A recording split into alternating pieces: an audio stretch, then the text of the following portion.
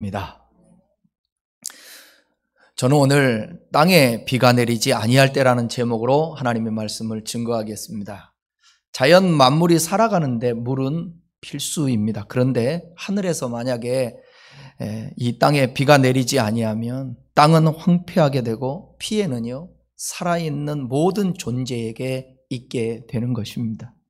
성경에서 땅에 비가 오지 않았다라는 것은 매우 심각합니다. 대부분 하나님의 징계로 인한 것일 때가 많습니다. 왜냐하면 이스라엘은 농사와 목축업이 주업이었습니다. 그렇기 때문에 하늘에서 비가 내려오지 아니하면 농사를 지을 수가 없습니다. 농사를 짓지 않으면 소득이 없죠. 소득이 없으면 사람들이 굶어 죽습니다. 그러니까 말 그대로 비가 하늘에서 오지 않는 것은 재앙이라 할 수 있습니다. 제가 몇 개월 전에 그 방송에서 방영된 영상 하나를 짤막하게 봤는데 지금 전 세계적으로 가뭄 때문에 먹을 것이 없어서 죽어가는 사람들이 수백만이 됩니다. 너무너무 가슴이 아픈 장면들을 봤어요.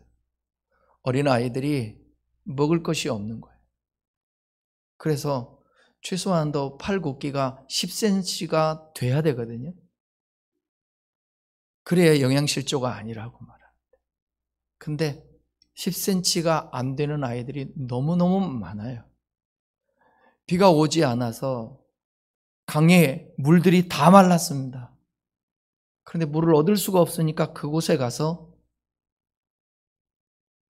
삽 같은 거로, 괭이 같은 것으로 파요. 그랬더니 흙탕물이 조금 나와요. 그것을 병에다가 담아다가 그것을 어른이나 아이나 먹는 것입니다. 또 어떤 채소를 흙에다 섞어서 그걸 먹어요. 이런 재앙이 우리와 전혀 상관없는 일이 아니라 하나님의 형상을 닮은 사람들이 그 가뭄, 하늘에서 비가 오지 않음으로 인하여서 40년 만에 최악의 가뭄 속에서 고통당하고 있는 사람들이 있다는 거예요. 우리도 2015년, 17년 이때쯤 가뭄 때문에 대단히 어려움을 많이 겪었죠. 우리가 살아가는 삶 속에 지금 우리에게 아무런 일들이 없이 우리가 코로나를 겪고 있지 않습니까? 이 가운데 어쨌든 잘 버텨나가고 있습니다. 근데 여러분, 이게 언제 끝날지 아무도 모르는 거예요. 요즘들 얘기가 모락모락 나오는 게 최소 앞으로 2년, 길면 5년이 지속된다라는 것입니다. 우리나라가 6,000명, 7,000명, 이제 12월 말 정도 가면 10,000명에 이른다고 그러잖아요. 내년에 가면 20,000명까지도 이제 막 올라간다는 거죠. 빨리 조치를 취해야 되는데 그러면 또 자영업자들 먹고 살기 힘들죠. 경제가 어려워지죠. 이러지도 못하고 저러지도 못하고. 인간의 방법을 동원해서 이 상황들을 탈피하고 이겨내려고 몸부림치는 것은 당연히 해야 될 부분입니다. 그러나 사람으로서 할 수 없는 부분이 있다는 것을 기억하셔야 합니다. 아무리 과학이 발달해서 비를 만든다 해도 하늘에서 여러분 5분, 10분만 소낙비 내려주면 해결될 때도 있습니다. 저는 하늘문이 닫혀지지 않기를 바랍니다. 근데 개인적으로, 공동체적으로, 나라적으로 하늘문이 닫힌 것도 있습니다. 이 지구촌이 하늘문이 닫힐까 봐 염려가 되는 거예요. 혹여 이 코로나가, 이 전염병이 지금 살아있는 사람들은 한 번도 경험해보지 않은 일들을 경험하고 있습니다. 우리나라 사람들은 누구도 마스크를 쓰지 않으면 안 되는 거예요.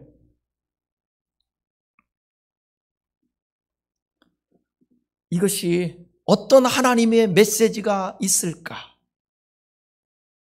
그런 안타까움 속에 오늘 이 말씀을 제가 묵상하고 준비하게 된 것입니다. 하나님 말씀을 잘 들어 이 코로나 시대 때에 하나님의 돌보심과 하나님의 보호하심과 하나님의 공급하심을 받을 수 있기를 주님의 이름으로 축원합니다. 오늘의 귀한 말씀을 저나 여러분이나 혹시 이 마음에 경고라고 들려지고 하나님의 또 위로라고 들려진다면 이 말씀 간직하며 이 코로나를 살아낼 수 있기를 바랍니다. 오늘 함께 읽은 본문의 배경은 북이스라엘에 가뭄이 있음으로 인해서 기근이 일어난 이야기입니다. 왜 땅에 비가 내리지 않았을까? 솔로몬 이후에 이스라엘은 남북으로 갈라졌잖아요. 북쪽 이스라엘은 초대왕 여로보암부터 그 다음에 나답, 그 다음에 바사, 그 다음에 엘라, 시므리, 오므리 여기에 이르기까지 다 악한 왕들이 이스라엘을 다스리게 되었습니다. 특별히 6대 왕이었던 오므리 왕은 전에 모든 사람들보다 더 악했습니다. 이것을 성경 열왕기상 16장 25절에서 26절은 이렇게 말합니다. 한번 보십시다. 오므리가 여호와 보시기에 악을 행하되 그 전에 모든 사람보다 더욱 악하게 행하여 느밧의 아들 여로보암의 모든 길로 행하며 그가 이스라엘에게 죄를 범하게 한 그 죄 중에 행하여 그들의 헛된 것들로 이스라엘의 하나님 여호와를 노하시게 하였더라. 여호와 보시기에 악을 행했던 사람이에요. 그래서 하나님의 진노를 사게 된 것입니다. 6대 왕 오므리가 죽자 뒤를 이어서 그의 아들 아합이 7대 왕으로 등극합니다. 그런데요, 그 역시 아버지 오므리처럼 악한데 아버지보다 더 악해요. 16장 31절로 33절에 있는 말씀을 함께 보겠습니다. 느밧의 아들 여로보암의 죄를 따라 행하는 것을 오히려 가볍게 여기며 시돈 사람의 왕 엣바알의 딸 이세벨을 아내로 삼고 가서 바알을 섬겨 예배하고 사마리아에 건축한 바알의 신전 안에 바알을 위하여 제단을 쌓으며 또 아세라상을 만들었으니 그는 그 이전에 이스라엘의 모든 왕보다 심히 이스라엘 하나님 여호와를 노하게 하셨더라. 아합은 악한 왕이었습니다. 아합이 그렇게 악한 왕이 된 배경에는 아버지의 영향도 있지만 이세벨이라는 부인의 영향이 컸습니다. 아합 왕은 나라의 안정을 위해서 시돈 왕의 딸이었던 이세벨을 왕비로 삼았습니다. 그런데 이세벨이 시집을 올 때에 바알 신상하고 아세라 신상을 가지고 왔습니다. 그리고는 남편인 아합 왕으로 하여금 우상들에게 경배케 했습니다. 뿐만 아니라 그 신하들과 국민들에게까지, 백성들에게까지 우상을 숭배하게 만들었다라는 거예요. 그동안에 섬겼던 하나님, 애굽에서 종되었을 때에 그들을 이끌어내서 구름기둥과 불기둥과 만나와 메추라기를 먹이고 입히면서 그들을 요단강을 건너게 하고 그 요단강 안에 건넌 후에 그 땅을 정복하면서 가나안 족속, 히위 족속, 여부스 족속 많은 족속들을 물리치고 그 가나안 땅을 차지하게 해서 그 땅에서 하나님이 복을 주셨음에도 불구하고 그 복들을 다 잊어버리고 망각하고 그 옛날 하나님이 역사했던 그 하나님, 지금도 역사하고 있는 그 하나님, 눈에 보이지 않는다고, 살만 난다고, 아무 문제 없다고 오히려 우상을 섬기며 하나님을 반역했던 그들에게 하나님은 참고 참다가 더 이상 내버려둘 수가 없어서 하나님은 가뭄이라는 것으로 그들을 심판하게 되었다라는 것입니다. 이로 인해 하늘문이 닫혔어요. 땅에 비 오지 않아요. 재앙이 임하게 된 것입니다. 하나님의 심판의 임계점에 도달한 것입니다. 임계점이라는 말 여러분 알죠? 좀 설명해 드릴까요? 액체가 기체로 변하는 온도와 압력을 가리키는데 냄비에 물을 넣고 불을 켜면 물이 점점점 뜨거워지잖아요. 그러다가 어느 순간 끓기 시작하면서 수증기가 올라옵니다. 이렇게 액체인 물이 기체인 수증기로 변하는 때가 언제냐? 절대로 99도일 때는 끓지 않습니다. 99.9일 때도 끓지 않습니다. 100이 돼야만이 끓습니다. 이 끓는 100을 임계점이라고 얘기합니다. 하얀 연기를 내뿜으면서요, 옛날에 달렸던 기차, 증기기관차 있지 않았습니까? 말 그대로 물을 끓여서 그 물에서 나오는 수증기의 압력으로 달리는 기차, 증기기관차라고 그러죠. 그런데 이 증기기관차의 엔진을 움직이게 하는 압력의 온도, 임계점이 얼마냐면 212도씨예요.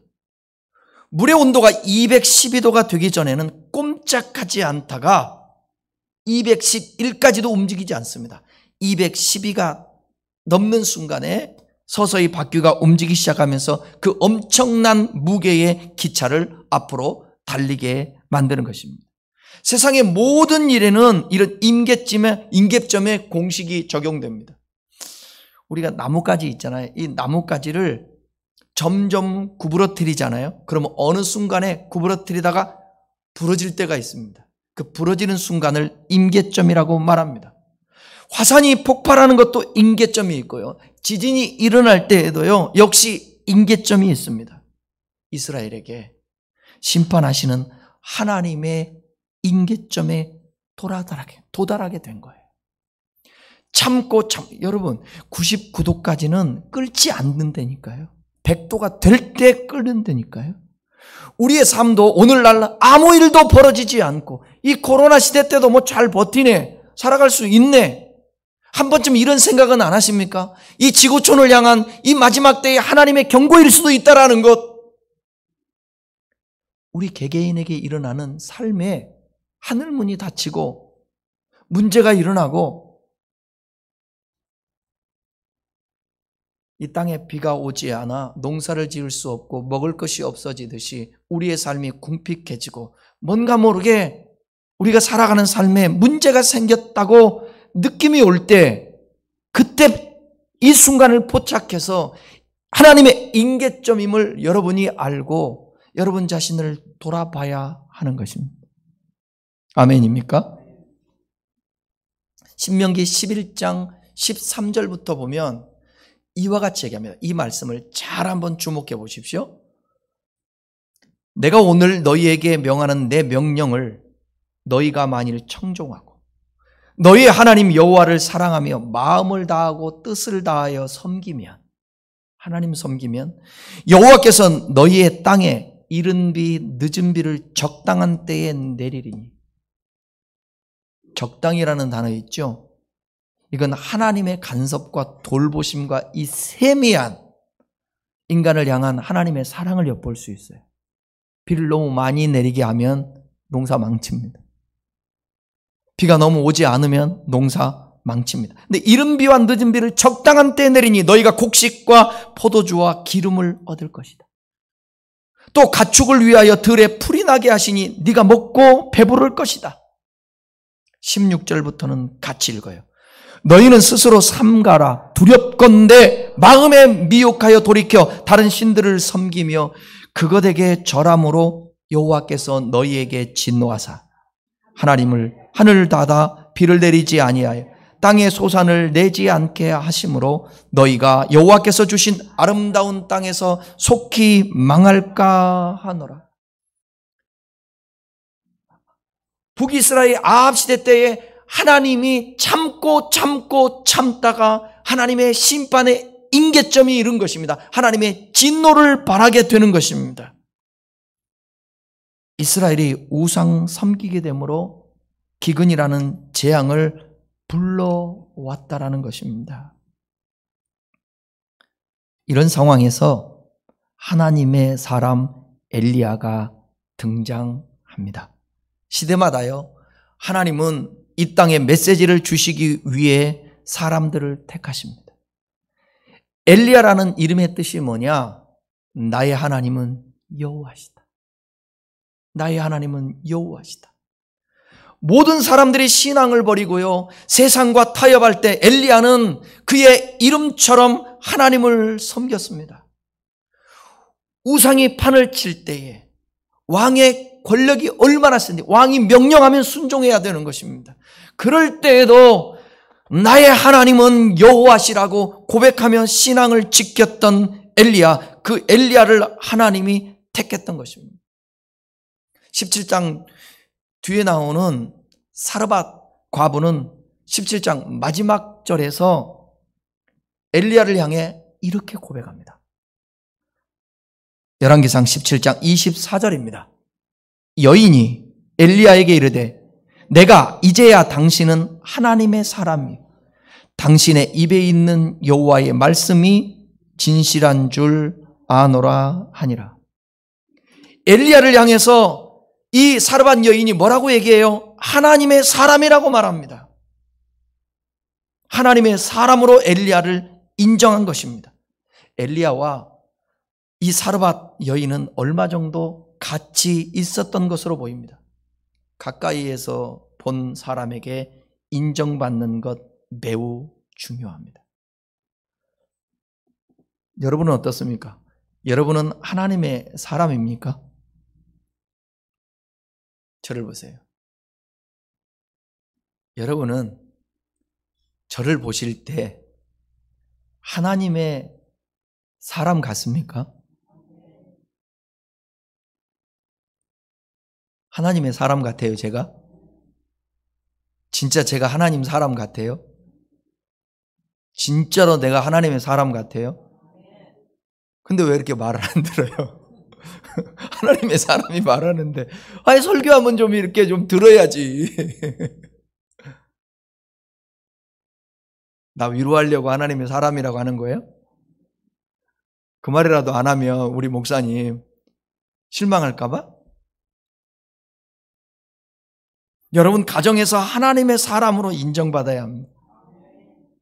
내가 만약에 가정에서 정상적으로 생각하고 사고하는 우리 집사람에게, 우리 아들에게 내가 인정을 받지 못하면 나는 하나님의 사랑이 아닙니다.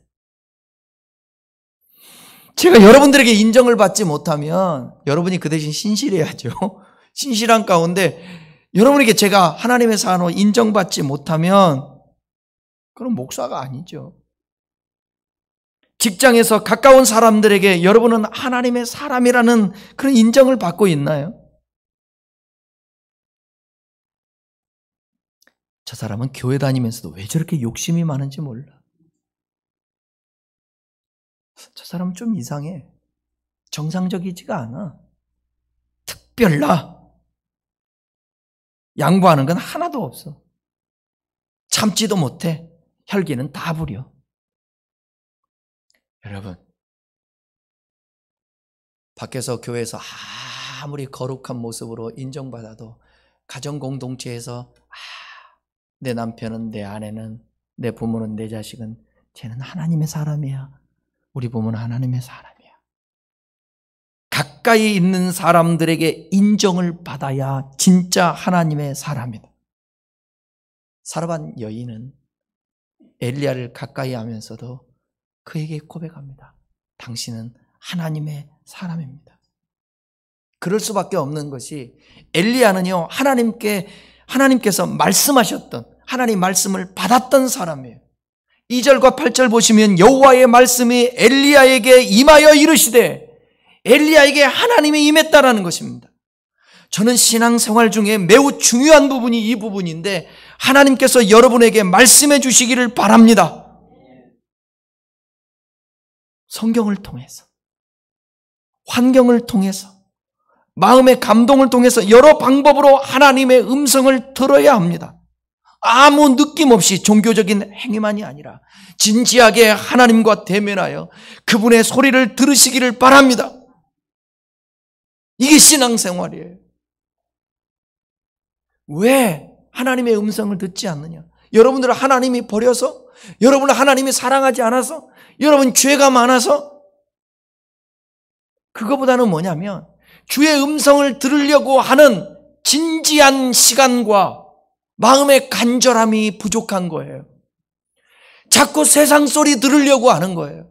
어떤 문제가 터지면 먼저 내 경험과 사람들의 소리와 이 속으로부터 이렇게 저렇게 아니 그거보다 먼저 멈추고 하나님 왜 나에게 이런 일이 있고 이럴 때는 어떻게 해야 될까요? 기다리는 것입니다. 그리고 조용한 시간을 가지며 하나님을 대면하는 것입니다. 나 주 아니면 설 수가 없습니다. 호흡마저도 나 주의 것인 게 주님이 도와주시지 않으면 제가 어떻게 살 수 있겠습니다. 주님 살 수 있겠습니까? 주님 말씀 좀 해주십시오. 내가 아파요. 어떻게 할 수가 없습니다. 도와주세요. 이 어려운 상황들, 자식 문제, 가족 문제, 직장 문제, 물질의 문제 어떻게 할 수 없습니다. 주님 좀 도와주십시오. 이런 사람들이 하나님의 진노와 재앙 가운데 있다 할지라도 이겨낼 수 있는 거예요. 돌보심과 보호하심과 공급하심을 받을 수 있게 되는 것입니다. 하나님과 친밀함 가운데 그의 음성을 들으려면 거룩한 심령을 가져야 합니다. 말씀과 기도로 거룩해지거든요. 말씀을 가까이 해야 돼요. 여러분 말씀을 가까이 찬양의 삶을 살아야 돼요. 예? TV에서 나오는 요즘 그 노래 뭐 Sing Again 뭐 그다음에 미스터 트롯 오디션 프로그램들 많잖아요. 보세요. 보지 말라는 게 아니에요. 그러나 그것만 보지 마시고 하나님의 말씀을 먼저 보시고 찬양을 먼저 들으시고 생활해야 합니다. 그럴 때에 우리의 시선이 하나님께 고정되고 주의 음성이 들려서 사랑하는 아들아, 사랑하는 딸아, 힘들지? 이 한마디 들으면 그 얘기는 무슨 얘기야? 힘들지? 이 얘기는 뭐예요? 도와주겠다는 안개 있어, 하나님이? 그 음성들을 들어야 된다라는 것입니다. 엘리야는 하나님의 말씀을 증거했던 사람, 하나님의 말씀이 임하니까 그 하나님의 말씀을 담아놓고 가만히 있을 수 없어서 그 말씀을 증거하는데 감히 아합 왕 앞에서 하나님이 허락한 말씀을 전합니다. 목숨을 건 선포였습니다. 쉽지 않아요. 1절 한번 같이 읽어보겠습니다. 세 번역으로 한번 읽어볼까요? 길르앗의 디셉에 사는 디셉 사람 엘리야가 아합에게 말하였다. 내가 섬기는 주 이스라엘의 하나님께서 살아계심을 두고 맹세합니다. 내가 다시 입을 열기까지 앞으로 몇 해 동안은 비는커녕 이슬 한 방울도 내리지 않을 것입니다. 하나님께서 살아계심을 두고 맹세하는데 내가 입을 열 때까지, 그 입을 열 때는 언제예요? 지금 입을 열게 해서 아합에게 얘기하는데 다시 하나님의 말씀이 임해서 입을 열 때, 그때가 언젠지는 모르지만 하나님이 말씀하라 하시니 선포하는 거예요. 18장에 가보게 되면 3년이 넘는 시간이 흐른 뒤에 여호와의 말씀이 다시 임해서 이제는 비가 올 것이라고 말씀해 줘요. 왕 앞에서 이렇게 말하는 것은 그리 쉬운 일이 아닙니다. 지금으로부터 2900년 전 고대 국가 그 당시에 왕의 권력은 천상천하 유아 독존의 절대 권력입니다. 그런 권력자 앞에 좋은 내용을 전하고 왕이 기분 좋아할 수 있는 그런 말을 전해야 되는데 기분 나빠할 내용, 지금은 아무 일도 벌어지지 않았는데 앞으로 하늘에서 비가 이 땅으로 내려오지 않을 것이라고 선포하는 것입니다.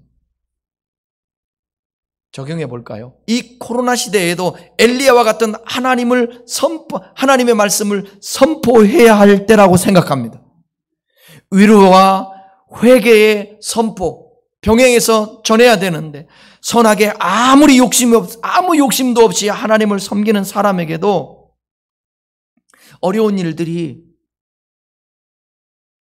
여러분 가뭄이 이스라엘 땅에 오면 선하고 하나님 섬기는 사람이라고 그게 가뭄이 피해갑니까? 그러지 않아요.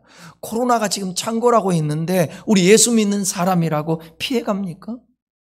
오히려 교회의 집단감의 오미크론 같은 경우 여러분 선교사 목사가 외국인 목사예요. 그분을 통하여서 이게 들어왔잖아요. 교회가 계속 또 비판을 받잖아요. 벌금까지도 물겠다고 얘기하잖아요.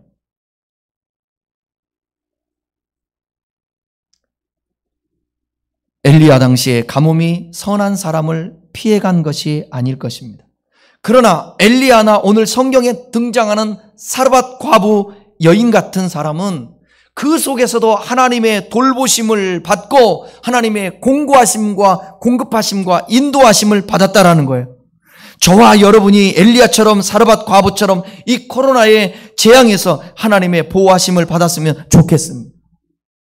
엘리야가 아합에게 수년 동안 비가 오지 않을 것이라고 한 것은 회개하라는 메시지가 담겨져 있습니다. 나 외에 다른 신을 섬기지 말라. 우상을 섬기지 말라 하셨는데 우상을 섬겼습니다. 오늘 이 시대에도 주님은 너희에게 우상을 두지 말라 했는데 돈이 우상이 된 것입니다. 소유가 많으면 당당하고 없으면 비굴하고 전혀 하나님 없는 삶을 사는 시대입니다. 말씀과는 상관없는 시대입니다. 시집가고 장가가고 먹고 마시고 노아의 때를 방불케 하는 시대입니다. 여러분 시집가고 장가가는 것이 뭐가 잘못이겠어요? 뭐가 문제예요? 요즘 시대는 결혼이 얼마나 귀한데요. 먹지 않고 어떻게 우리가 살 수 있습니까? 이 말씀은 사람이 지극히 본능대로 산다라는 거예요. 육신대로 산다라는 거예요. 그래서 하나님보다 내가 살아가는 삶을 본능적으로 하나님의 통제 없이 살아간다는 것입니다. 그래서 환경을 파괴합니다. 순리를 거슬려 동성연애가 판을 칩니다. 하나님이 지구촌이라고 하는 공동체를 주셨는데 자국의 이익만을 위하여 삽니다. 여러분 통계에 의하면 6조만 되면 굶어 죽는 사람이 한 사람도 없다는 거예요. 6조 되면. 대한민국 한 기업에 있잖아요. 자산 가치가 6조 연산 데가 얼마나 많아요.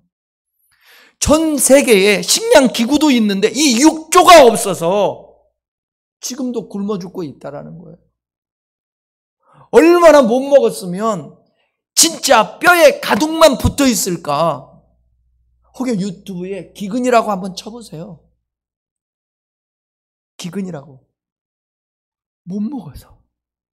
6조면 해결되는데 그러면서 우리는 지구촌이라고 말해요. 한쪽에서는 밥 한 끼를 먹지 못해 굶어 죽어가고 있는데 한쪽에서는 음식이 썩어져 버려지고 있습니다. 하나님의 진노가 없는 것이 비정상 아닙니까? 하나님의 심판이 없는 것이 비정상이 아닙니까? 어쩌다가 이 세상이 이렇게 됐는지 몰라요. 닭장 같은 아파트에서 내 옆집에서 사람이 죽어서 몇 개월이 됐는데도 모르는 시대예요. 네? 자기가 낳은 딸을 굶어 죽게 하는 시대예요. 이런 악함 속에 하나님의 징계와 심판이 어찌 임하지 않을 수가 있겠습니까? 그래서 우리는 먼저 깨달은 사람이 우리 주변의 사람들에게 함께 내가 먼저 회개하고 우리 하나님 앞에 돌아가자. 하나님을 잘 섬기자. 그것이 여러분의 가족이어야 되잖아요. 하나님의 말씀을 받아서 선포하라고요. 여러분의 자녀들에게 선포해야 합니다. 너 이러면 안 돼. 하나님이 안 도와준다고. 너희들이 살아가야 될 이 세상에 얼마나 불확실하고 무서운 시대가 될지 아니? 그러나 그 속에서 하나님을 경외하면 엘리야처럼 사르밧 여인처럼 보호하심을 받을 수 있어. 공급하심을 받을 수 있어. 그렇게 가르쳐줘야 되지 않겠습니까? 그런 의도에서 오늘도 제가 설교하고 있는 것입니다. 우리는 인생에서 단 한 번도 겪지 못했던 코로나로 인해서 고통을 당하고 있습니다. 코로나라는 전염병은 많은 원인이 있을 것입니다. 그러나 그리스도인들은 모든 것을 차치하고 하나님 앞에서 교만하고 하나님을 무시하고 돈이면 다고 하나님 없이도 살 수 있다는 오만을 가졌던 것을 회개해야 합니다. 개인주의, 이기주의를 회개해야 합니다. 하나님은 이 코로나를 통하여 인간의 한계를 알리기를 원하는 것입니다. 그리고 두 손 들고 하나님을 의지하게 하기를 원하는 것입니다. 여러분들에게 어떤 일이, 안 좋은 일들이, 힘든 일이 벌어졌습니까? 한계를 느끼라는 거예요. 무릎 꿇으라는 거예요. 하나님 의지하라는 거예요. 회개하라. 천국이 가까이 왔느니라. 회개하면 주님이 다스리겠다는 거예요. 땅에 비가 내리지 않고 재앙이 있을 때 말씀에 순종하는 사람들은 반드시 은혜를 베풀어 주십니다. 말씀에 순종하는 사람. 오늘 본문에 나오는 엘리야와 사르밧 과부 여인입니다. 먼저 엘리야를 한번 생각해 보겠습니다. 이 말씀 들으며 여러분 안에도 순종할 수 있는 믿음이 생기기를 축원합니다. 하나님께서는 엘리야에게 말씀합니다. 너 그릴 시냇가에 가서 그 시냇물을 먹으면서 거하라. 그러면 내가 까마귀들을 명령하여 하루에 아침과 저녁으로 떡과 고기를 공급해 줄게. 우리 하루에 몇 끼 먹고 살죠? 하루 3끼. 이 본문을 보면 하루 2끼만 먹어도 충분할 것 같아요. 아침과 저녁으로 떡과 고기를 공급해 주셨어요. 5절 보시면 엘리야는 뭐라고 말씀하냐면 여호와의 말씀과 같이 하였다고 말하고 있어요. 순종했어요. 순종. 그릴 시냇가로 가요. 5절 보시니까 뭐라고 나와 있냐면 여호와의 말씀과 같이 하였다 기록하고 있잖아요. 여러분 순종하면 하나님의 돌보심과 공급하심을 받습니다. 하나님은 까마귀를 통해 먹이십니다. 이것은 초자연적인 것입니다. 이 말씀을 오늘에 적용한다면 하나님은 때론 기적으로 상상을 초월하게 하나님의 사람들을 돌보십니다. 그러니까 여러분의 생각으로 하나님의 역사를 제한하지 마십시오. 우리는 하나님을 믿으면서도 지금까지의 경험과 안 된 것들 때문에 하나님은 역사하지 않을 거야 라고 선입관으로 스스로 생각합니다. 오늘 그것을 거두시기를 바라고 순종할 때에 초자연적으로 역사하시는 하나님을 기대하며 순종의 자세를 가질 수 있기를 축원합니다. 그러나 얼마 못 되어 그릴 시냇가에 비가 내리지 않으므로 마르게 되고 말았습니다. 하나님께서는 다시 엘리야에게 이렇게 말합니다. 너는 일어나서 시돈에 속해 있는 사르밧으로 가라. 사르밧으로 가래. 사르밧은 지금의 레바논이거든요. 그러면 이 그릴 시냇가에서 요단강 근처인데 그릴 시냇가에서 사르밧까지 가는 데가 얼마나 거리가 걸리냐? 120km입니다. 120km. 120km는 짧은 거리가 아니에요. 절대로. 여기서 서울 요금소 정도 가는데 한 70km 됩니까? 한 70km 될 것 같아요. 그러니까 거기보다 훨씬 더 가니까 그 길을 가라는 거예요. 그건 얼마나 먼 길입니까? 비가 오지 않으니까 날씨도 좋지도 않고 흙먼지가 얼마나 있겠어요. 근데도 엘리야는 순종을 합니다. 또 생각할 수 있는 것은 사르밧은 어떤 곳인가? 시돈에 속해 있잖아요. 여기는 이방 땅이에요, 여러분. 바알 종교의 본거지예요. 이스라엘 입장에서 보면 우상을 섬기는 나라예요. 아까 얘기했죠. 누구의 고향이라고요? 이세벨의 고향입니다. 이세벨의 고향. 우상이 쪄들어 있는 곳. 엘리야는 이해가 가지 않았을 것입니다. 그런데 순종을 합니다. 성경은요, 이해 가서 순종하는 경우가 많지가 않습니다. 이해가 가서 순종하는 것이 많지가 않습니다. 아브라함에게 고향을 떠나거라고 명령합니다. 고향 떠나는 게 이해가 갑니까? 그 당시? 백세에 낳은 아들을 바치라고 명령합니다. 이해가요? 여리고 성을 무너뜨리는데 성을 7번 돌래요. 7번. 이해가 가냐고요? 아니, 성을 차지하려면, 무너뜨리려면 싸워야지 왜 성을 도냐고요? 문둥병에 걸리면 의원에게 가든지 그래야 되는데 요단강에 가서 7번 씻으래요. 이해가 갑니까? 밤이 맞도록 그물질을 했습니다. 제자들이. 고기가 잡히지 않습니다. 깊은데 그물을 내리는 것은 이 어부들로서는 상식에 맞지 않습니다. 근데 주님이 깊은 데에 그물을 던지라 합니다. 던졌습니다. 이해가 갑니까?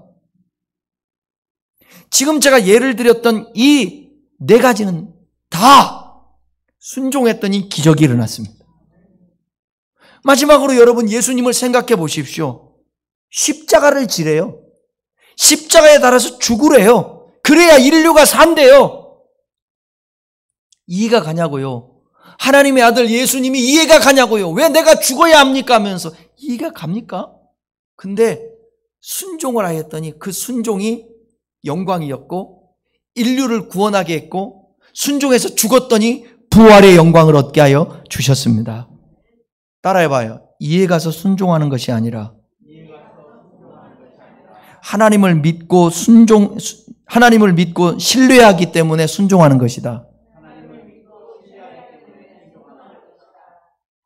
아멘이에요? 동의되면 한번 아멘 해봐요. 맞잖아요. 이해가서 순종하는 것이 아니에요. 하나님을 믿고 신뢰하기 때문에 순종하는 거예요.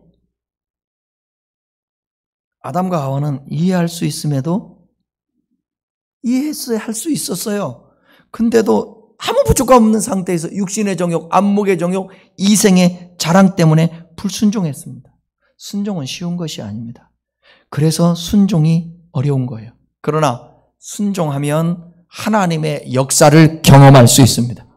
순종하지 않으면 아무런 역사가 나타나지 않습니다. 순종할 때 하나님의 기적과 역사가 나타납니다. 요즘 자꾸 주님이 뭘 순종하라고 말씀하십니까? 여러분들에게. 그거 되게 힘들죠? 어렵죠? 그럼 기도하세요. 하나님 나 순종할 수 있는 믿음과 힘을 주십시오. 그래서 순종할 때에 기적이 일어납니다. 두 번째 사람, 사르밧 여인을 한번 살펴보십시다. 엘리야는요, 하나님 말씀에 순종해서 사르밧으로 갔습니다. 거기에 이르렀을 때 하나님은 이미 사르밧 이 과부에게 음식 줄 수 있도록 조치를 이미 취해줬어요. 자, 오늘 본문의 17장 8절 9절을 한번 읽어보겠습니다. 여호와의 말씀이 엘리야에게 임하여 이르시되 너는 일어나 시돈에 속한 사르밧으로 가서 거기 머물라. 내가 그곳 과부에게 명령하여 내게 음식을 주게 하였느니라. 이미 하나님이 앞서가서 행하셔서 사르밧 과부의 마음을 감동했어요. 이게 하나님의 역사예요. 한치의 오차도 없이 돌보시는 하나님. 10절 보시면 엘리야가 사르밧에 도착해서 성문에 이를 때에 과부는요, 아들과 마지막으로 음식을 만들어 먹고 죽어야겠다라는 심정으로 나뭇가지를 줍고 있었습니다. 흉년이니까 먹을 것이 없는 거예요. 떨어져 가는 거예요, 다. 엘리야는 과부에게 그릇에 물을 조금 가져다가 마시게 해달라고 합니다. 그랬더니 이 여인이 거절하지 않고 물을 가질러 갑니다. 이때에 얼마 달라고요? 물을 얼마만큼 달라고? 조금 달래. 엘리야도 양심은 있었나 봐요. 가뭄에 뭔 물이 그렇게 많겠어요? 조금 달래요. 물을 가지고 가고 있는 그 여인을 보면서 불러요. 멈춰 세워요. 아줌마, 그때 한번 표정을 한번 생각해 보세요. 물을 가지러 가는데 그 여인을 불러 세웁니다. 그러면서 하는 말 뭐라고 말하느냐? 떡 한 조각을 가져오라고 얘기합니다. 그 상황을 한번 상상해 보세요. 그 상황을. 기가 막히잖아요. 이때 과부가 이렇게 대답을 합니다. 12절입니다. 그가 이르되 당신의 하나님 여호와께서 살아계심을 두고 맹세하니 나는 떡이 없고 다만 통에 가루 한 움큼과 병에 기름 조금 뿐입니다. 내가 나뭇가지 둘을 주워다가 나와 내 아들을 위하여 음식을 만들어 먹고 그 후에는 죽으리라. 죽을 생각으로 마지막 나무를 주워 떡을 만들어 먹으려고 했는데 나 이거밖에 없는데 이거라도 달라는 얘기입니까? 라는 거겠죠. 근데 이미 하나님이 감동해놨고 엘리야도 하나님의 뜻이기 때문에 어쩔 수 없어요. 눈물을 먹었고 그럼에도 불구하고 엘리야는 이렇게 말합니다. 13절 14절 엘리야가 그에게 이르되 두려워하지 말고 가서 내 말대로 하려니와 먼저 그것으로 나를 위하여 작은 떡 1개를 만들어 내게로 가져오고 그 후에 너와 내 아들을 위하여 만들라. 참 염치 없는 사람이에요. 강심장이고 참 몰지각한 사람이고 참 내가 혹시 여러분들에게 이런 상황인데 찾아가서 그렇게 얘기하면 아마 당신이 목사요? 아마 그랬을 거야. 그런데 이 여인은 그러지 않아요. 그러지 않아요. 14절 이스라엘 하나님 여호와의 말씀이 나 여호와가 비를 지면에 내리는 날까지 그 통의 가루가 떨어지지 아니하고 그 병의 기름이 없어지지 아니하리라 하셨느니. 그러니까 엘리야가 이 믿음이 있으니까 하나님이 말씀해서 그거 나 진짜 양심 없지만 하나님이 말씀하시니 만들어 와. 나를 먼저 먹게 해봐. 그리고 당신 아들하고 먹어.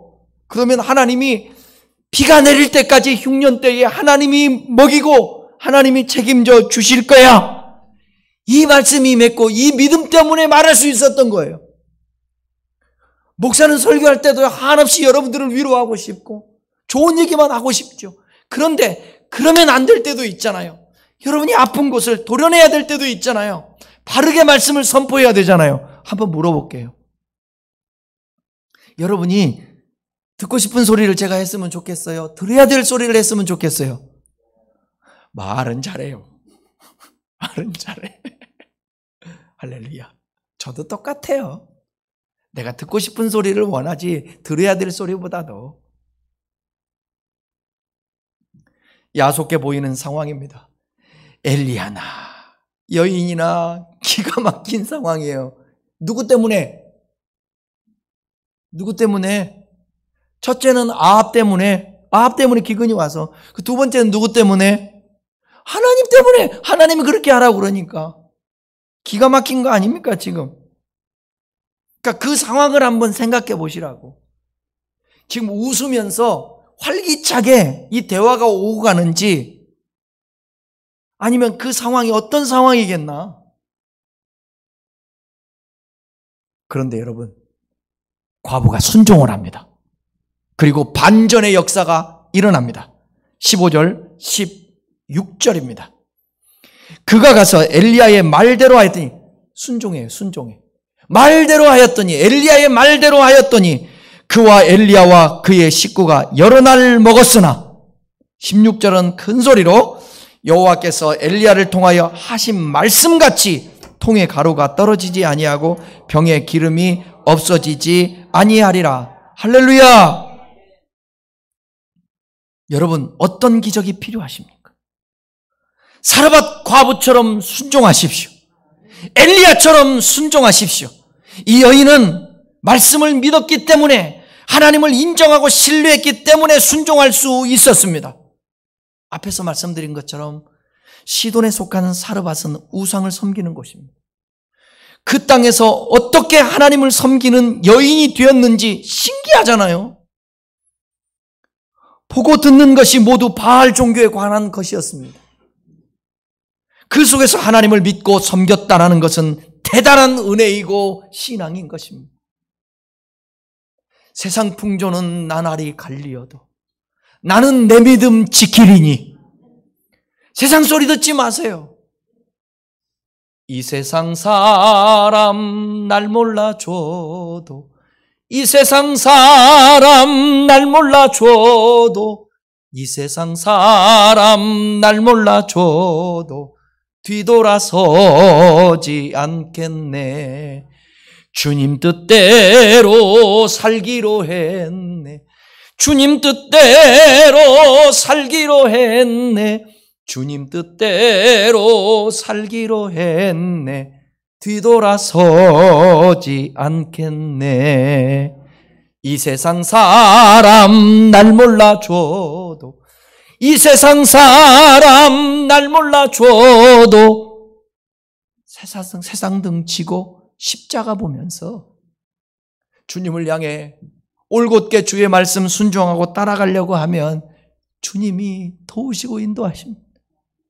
부족하게 한이 없는 종이지만 그래도 몸부림치며 오직 믿음의 주여 온전케 하시는 예수 바라보면서 한 길만을 달려가려고 지금도 몸부림치고 있으니, 지금까지도 인도했던 그 하나님, 지금까지도 공급했던 그 하나님, 앞으로도 인도할 것이고 앞으로도 책임져 주실 것을 믿습니다.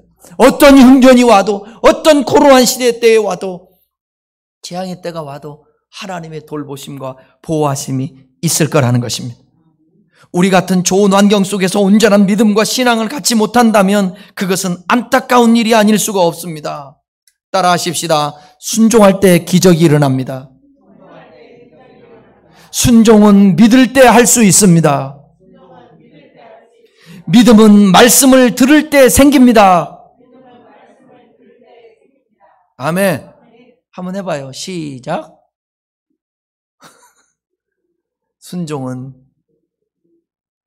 순종할 때 기적이 일어나고요. 순종은 믿을 때 할 수 있고요. 믿음은요, 말씀을 들을 때 생깁니다. 결론입니다. 땅에 비가 내리지 않으므로 망하는 사람들도 있습니다. 코로나 시대 때에 재앙으로 못 견디는 사람도 있습니다. 이 비가 오지 않는 상태에 아사 상태에 빠지는 사람도 있습니다. 굶어 죽는 사람도 있습니다. 그러나 엘리야처럼 사르밧 여인처럼 하나님의 돌보심과 보호하심과 공급하심을 받는 사람도 있다는 사실을 기억하시고 여러분들도 그 안에 들어가기를 축원합니다. 코로나라는 재앙에서 엘리야처럼 사르밧처럼 하나님의 은혜를 듬뿍 받을 수 있기를 바랍니다. 기도하겠습니다.